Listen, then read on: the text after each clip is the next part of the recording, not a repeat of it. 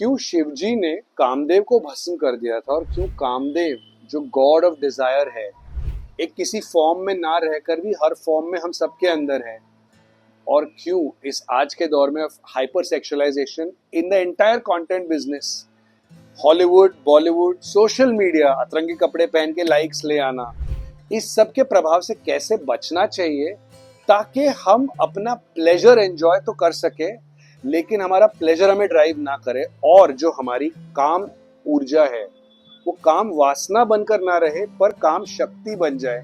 ये जानने की कोशिश करेंगे आज के एपिसोड में, जिसका विषय है काम वासना, the sexual desire. Hello everyone and welcome to yet another episode of Alaukik the journey within. और आज का हमारा विषय है काम वासना, सेक्सुअल डिजायर। तो शिवजी की तपस्या को एक दिन कामदेव अपने काम बाणों से उनका ध्यान रिझाना चाहते थे। उस वक्त शिवजी का प्रकोप हो गया उन पर और उन्होंने उनको भस्म कर दिया। इसे मदन भस्म या काम दहन कहा जाता है। और फिर क्या हो गया था कि काम दहन के बाद पार्वती जी ने शिवजी से ये कहा था कि अभी काम या इच्छा ही नहीं रहेगी तो सृष्टि चलेगी कैसे। तो शिवजी ने उन्हें फिर रिस्टोर किया था।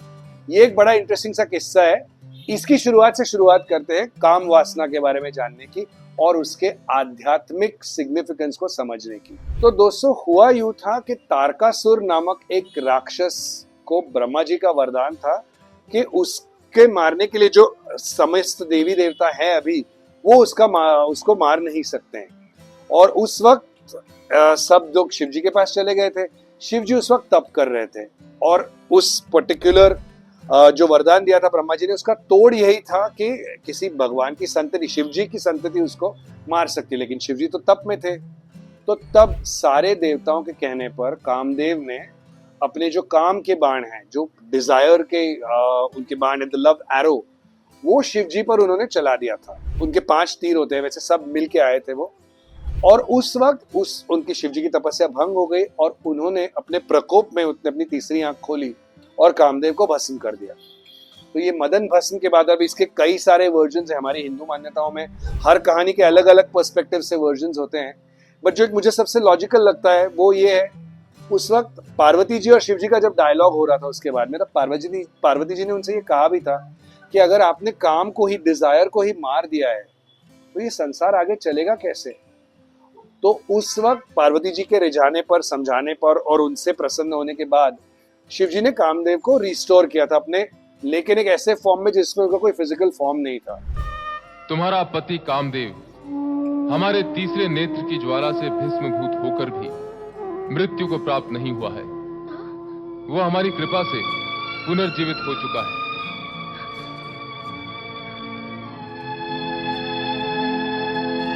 वो लौकिक नेत्रों से दिखाई नहीं देगा। वो जीवित होते हुए भी अंग रूप में देखा नहीं जा सकेगा।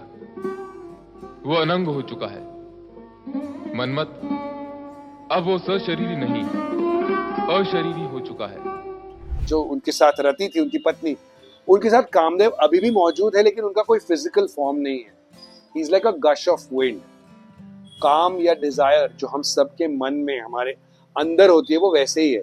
वो दिखती तो नहीं है, बट वो इतनी स्ट्रॉन्ग और इतनी पावरफुल होती है कि वो हमें ड्राइव करती रहती है। काम ऊर्जा जो है उसके 2 रूप हैं। काम वासना जो डिजायर के तौर पे आती है, जो एक जरूरी भी है लाइफ के लिए टू एन एक्सटेंट, और दूसरी आती है काम शक्ति। काम शक्ति as an how do you channelise your sexual energy for your spiritual growth. वो हम एक और वीडियो में बात करेंगे। आज हम बात करने वाले हैं द बेसिक काम वासना की। आइए देखते हैं। तो दोस्तों, काम ऊर्जा, द सेक्सुअल एनर्जी, जिसके 2 पहलू हम देख चुके हैं अभी। काम वासना क्या होती है? जैसे हमने पुरुषार्थ के एपिसोड में भी बताया था कि मनुष्य के जीवन के 4 अर्थ है पुरुषार्थ में जो आते हैं, धर्म, अर्थ, काम, मोक्ष। काम is the desire. Desire is what makes one want to do things in life, makes one want to get things in life and progress in life. अब उस सब में काम वासना वहीं से आती है, कहीं ना कहीं देयर इज अ लिंकेज। अब अगर हम एक आध्यात्मिक दृष्टिकोण से देखें तो व्हाई सेक्स, काम की जरूरत क्या है?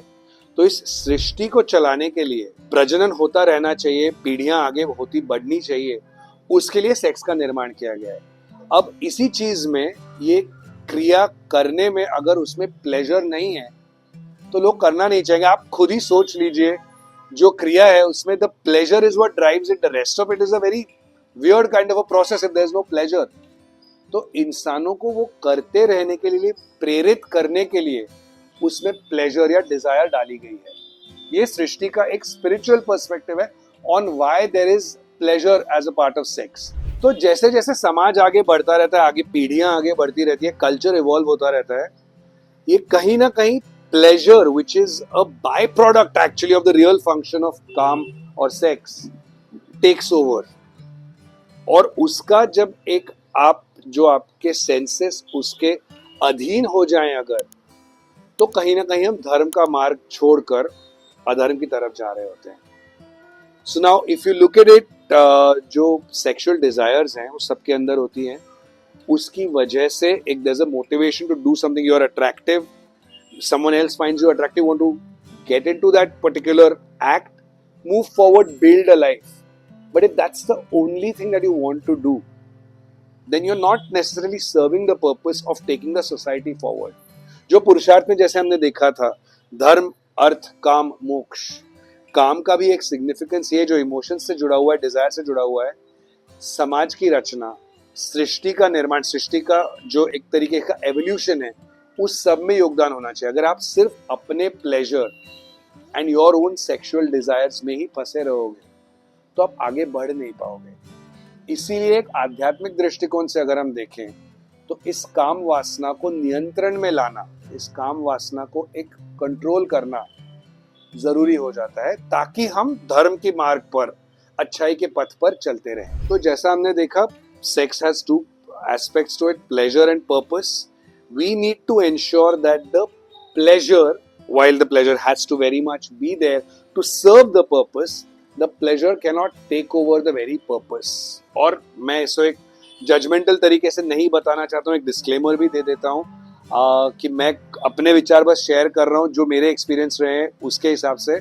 और आज इस वक्त आपसे काम वासना जैसे विषय के बारे में बात करते वक्त एक आध्यात्मिक दृष्टिकोण से मैं खुद आज एक पालक के तौर पे भी बात कर रहा हूँ। मेरे 2 बच्चे हैं 14 और 10 साल के, who are getting influenced by this current hookup culture that has come up in India, whether it is the dating apps, the western influence, you want to call it that, because India में भी ऐसी चीजें रही है पहले से, अभी बहुत ज्यादा हो गया है। हमारा ओन हिंदी सिनेमा बॉलीवुड जिसका मैं हमेशा जिसकी गुहार लगाता हूँ, it is also hyper sexualized. We live in a hyper sexualized world, मतलब कि हर चीज को दिखाने का एक तरीका, it's sex is there all over, even in places where it's not needed.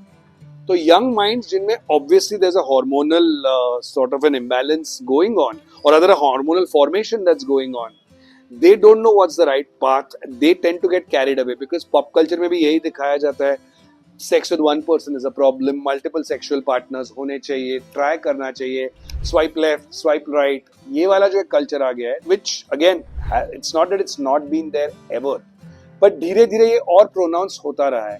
तो ऐसे सब इसमें ये जान लेना कि काम वासना एक जरूरत है, लेकिन काम शक्ति एक शक्ति है।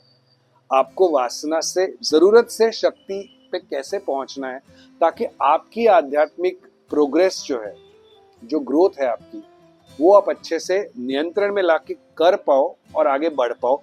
इसीलिए ये जान लेना बहुत जरूरी है। तो दोस्तों, एक हम ये भी देख लेते, किसी भी चीज को जज करना और जल्दी से बोल देना कि यार ये हुकअप कल्चर है, वेस्टर्न आ गया है, एटसेट्रा, ये एक तरीका, it's not a solution. Pointing out the problem, elaborating it further is not the solution.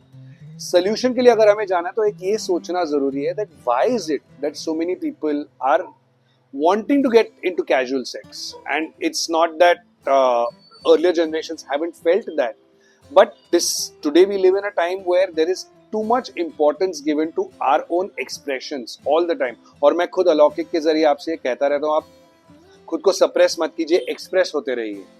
इस विषय में आप बाकी वीडियोस भी देख लीजिए, मैंने काफी ज्ञानी स्पिरिचुअल गुरुज के वीडियोस देखे हैं, श्री श्री रविशंकर जी के वीडियोस देखे हैं, सदगुरु के वीडियोस देखे हैं, where they are also mentioning about these things that you should not suppress your desire, but in a spiritual sense what you need to do is try and control the real reasons within. इससे मैंने introspection वाले video में भी कहा था कि खुद को एक बार समझो, खुद को सबसे पहले तो खुद की, अगर खुद के खिलाफ कोई चीज है तुम्हें तो खुद को माफ कर दो। सबसे पहले खुद को एक्सेप्ट कर लो द वे यू आर। खुद की खामियों को भी खूबियां समझने लगो। Don't go on an ego trip, but खुद को एम्ब्रेस कर लो, खुद के साथ वक्त बिताओ, अपने आप से जुड़ो, अपने आप को समझो, ताकि एक डिस्ट्रैक्शन के तौर पर सेक्स की रास्ते पे ना जाओ। तो काम वासना जो है ना, उसको एक इच्छा की तरह रहने दो, अंदर रहेगी, आपको ड्राइव करेगी, आपको खूबसूरत लगने का मन करेगा उससे। तैयार होना, पार्टी में जाना, दोस्तों से मिलना, मजे करना, हैपनिंग लाइफ जीना, ये सारी चीजें उससे लिंक्ड है। Art culture is also part of the entire काम फंक्शन इन द पुरुषार्थ। लेकिन इन सब को अपनी जिंदगी का हिस्सा बनाओ, don't let them drive you. तो दोस्तों, एक जर्मन टीचर प्रोफेसर है एखर्ट टोल, जिनका मैंने काफी कंटेंट अलौकिक के रिसर्च के दौरान देखा है, देखता रहता हूँ, जो खुद काफी हिंदू टेक्स्ट से भी प्रेरित है, भगवत गीता को भी वो कोट करते हैं। तो उनको किसी ने ये सवाल पूछा था एक उनके सेशन में, what is the role of sex in consciousness, जो हमारा एक सचेतन ऊर्जा वाला जो एक खुद का ये है ना स्पिरिचुअल जर्नी है उसमें। So he mention and he quoted the Gita over there कि जो एक डूअरशिप है, जो भगवत गीता में श्री कृष्ण ने अर्जुन को सिखाया था कि भाई ये जो कर्म हो रहा है ये मैं इसका निमित्त हूं, मैं कर नहीं रहा हूं वाला जो एक था lack of doership was the point। अब इसको सेक्स के दौरान how do you during that particular act, how do you bring that in, is a very very advance level topic.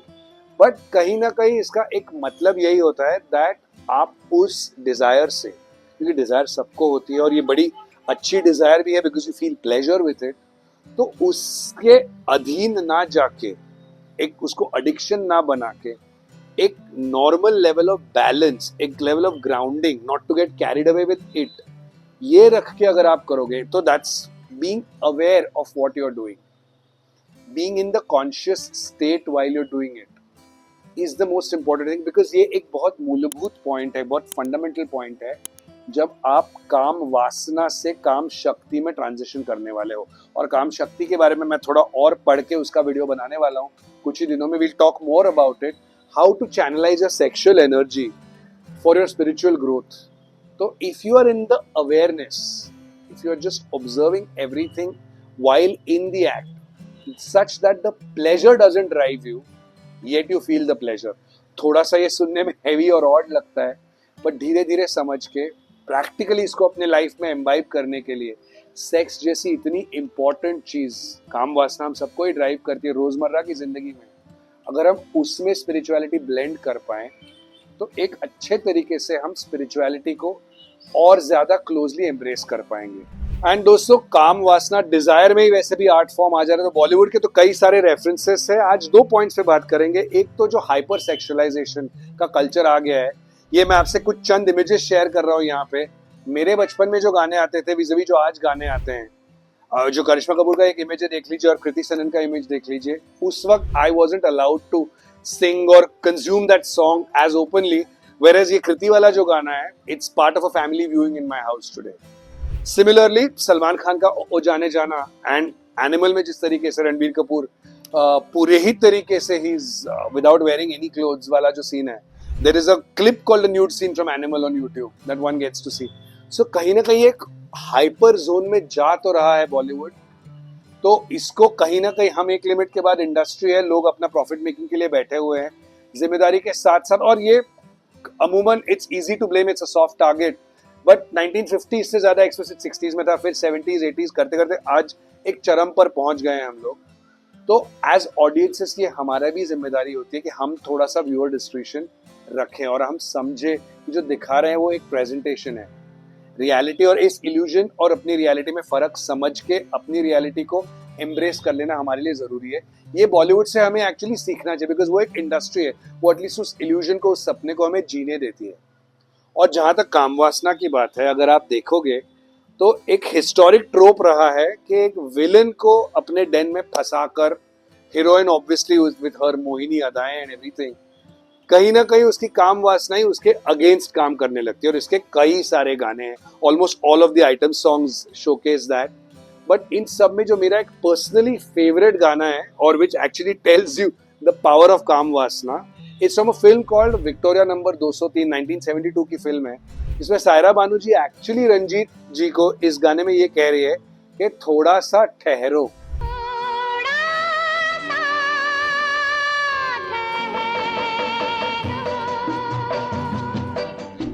But the way the song is, and you can sing the song, you can embrace the song in its musical glory, but जो उसका message है थोड़ा सा ठहराओ लाओ, वो कोई समझ नहीं रहा है। काम वासना में लोग बह रहे हैं, तो ये बहकर ऑब्वियसली विलन का एंड हो जाता है। और ये सबसे इंपॉर्टेंट मैसेज है कि अगर आप इसमें if you start getting addicted, you are going to get destroyed in the process.